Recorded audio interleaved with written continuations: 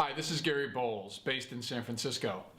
I'm really excited about bringing big ideas to people inside organizations, and I'm really honored to show you these videos by John Hagel and John Seely Brown. Enjoy.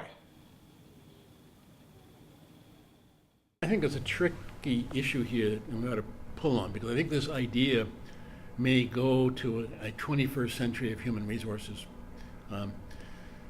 Because if they have passion in the core, then I'm not worried. Okay, I'm more interested in the groups that are deeply competent, have real capability here, but they're actually getting kind of bored because they're doing the same set of things in a very predictable type of way. So very often people discover new passion by being grounded in an immediate problem that by solving has an immediate impact. Yes. So they don't have the usual 1, 2, or 3 year delay from doing something here to seeing somebody out there actually doing something with it.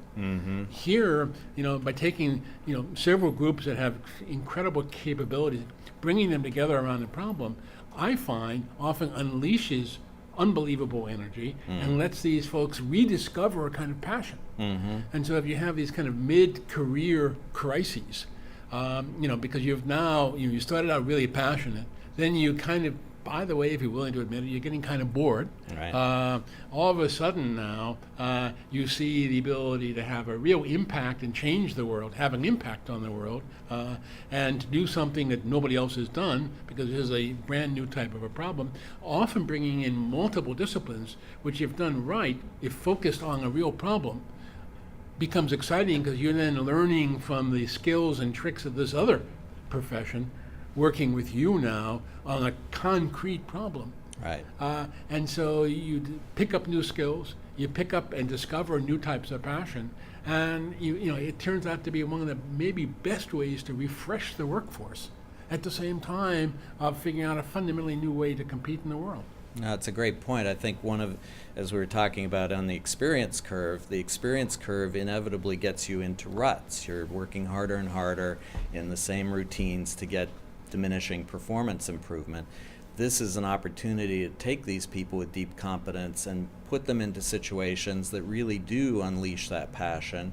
And that's a key role for an institution to think about in terms of talent development, is how do we take these deeply competent people and put them into environments where they really can find new problems to solve and create that kind of energy and enthusiasm. Yeah, I think, and going back to the passion a moment, if you really do in the core Kaizen black belt right, that does sometimes couple into people's passion. So you have a chance of keeping some things really alive that way in the Yes. core, and that's where you get the scalable efficiency notions. But on the edge, you're doing more breakout thinking, Right. breaking new ground, often done with collaboration, to open up new vistas.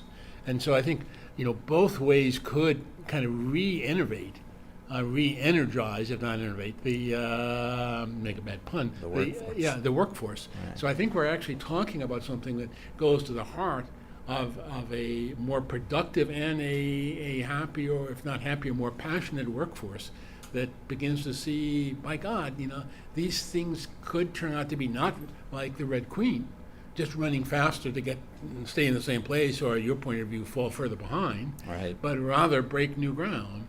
And the interesting thing is, some people here are saying, oh, this must be kind of an Elance theory or free agent theory and so on and so forth. Note what we're really saying is that incredible purposes for the firm. Yes. And the firm builds you the infrastructures, to be able to have scale in terms of your scalable learning out here and scalable impact.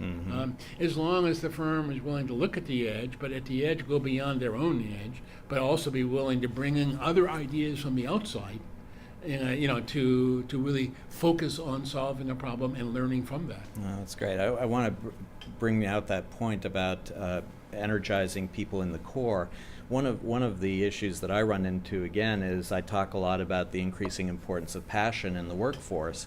And the response from a lot of jaded executives is, well, give me a break. Some people can get really passionate because they're doing really interesting things, like scientists on the frontier of new inquiry.